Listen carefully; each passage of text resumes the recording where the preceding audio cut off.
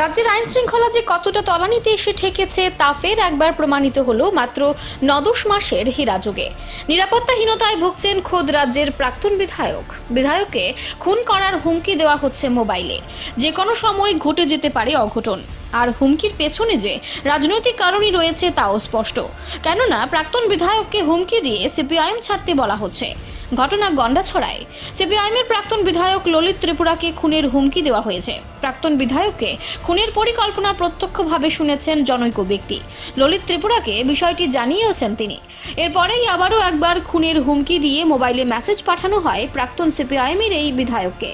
গোটা বিষয়টি গন্ডাছড়া থানার ওসিকে লিখিতভাবে এফআইআর এ জানিয়েছেন ললিত ত্রিপুরা। এক এফআইআর কপিতে তিনি লিখেন, মহাশয়, বিনীত নিবেদন এই যে গত 23 ডিসেম্বর 2018 সময় আনুমানিক বিকাল 4:30 সময়ে রতননগর এডিসি ভিলেজ থানা রৈশাবাড়ি গন্ডাছড়া মহকুমা গয়ারাম পাড়ার বাসিন্দা একজন লোক নাকি বলেছেন প্রাক্তন বিধায়ক ললিত মোহন ত্রিপুরাকে যে কোনো সময় খুন করার জন্য পরিকল্পনা নেওয়ার কথা প্রত্যক্ষভাবে শুনেছেন। যিনি প্রত্যক্ষভাবে শুনেছেন রতননগর এডিসি ভিলেজের গয়ারাম পাড়ার বাসিন্দা, যা আমার পরিচিতি। তিনি তার নিজ নিরাপত্তার কারণে নাম প্রকাশ এবং সাক্ষী দেওয়ায় অনিচ্ছুক। উক্ত ব্যক্তি গত 24/12/2018 তারিখ সকাল 9টায় গন্ডাছড়ায় আমার বাড়িতে এসে আমাকে জানিয়ে যায় এবং বলেন, আপনি সাবধানে থাকবেন, আপনাকে খুন করার জন্য পরিকল্পনা নেওয়া হয়েছে, যে কোনো সময় অঘটন ঘটতে পারে বলে সতর্ক ও সাবধান থাকার পরামর্শ দিয়েছেন।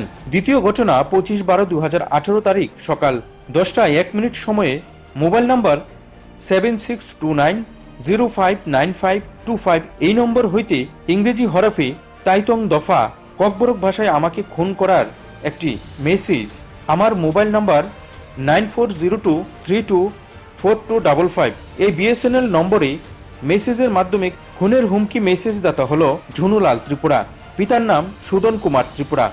মেসেজে বাড়ির ঠিকানা না দিলেও আমার জানামতে মেসেজ দাতার বাড়ি চিত্রাঝড়ি এডিসি ভিলেজের ডালিছড়া পাড়ায়, থানা গন্ডাছড়া মহকুমা অন্তর্গত।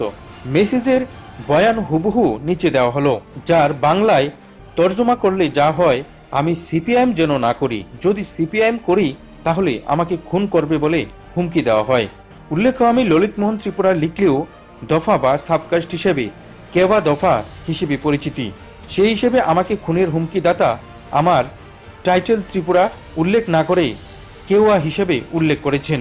এই দুটি আমাকে খুন করার পরিকল্পনা এবং হুমকির ফলে আমি এবং আমার পরিবার ভীষণভাবে নিরাপত্তাহীনতার অভাব বোধ করছি এবং খুবই আতঙ্কগ্রস্ত হিসেবে দিন যাপন করিতেছি।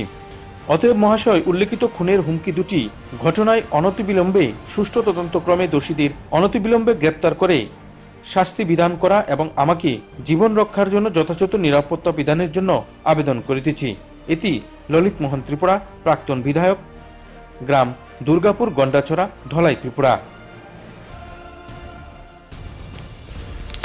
ব্যুরো রিপোর্ট, আকাশ ত্রিপুরা।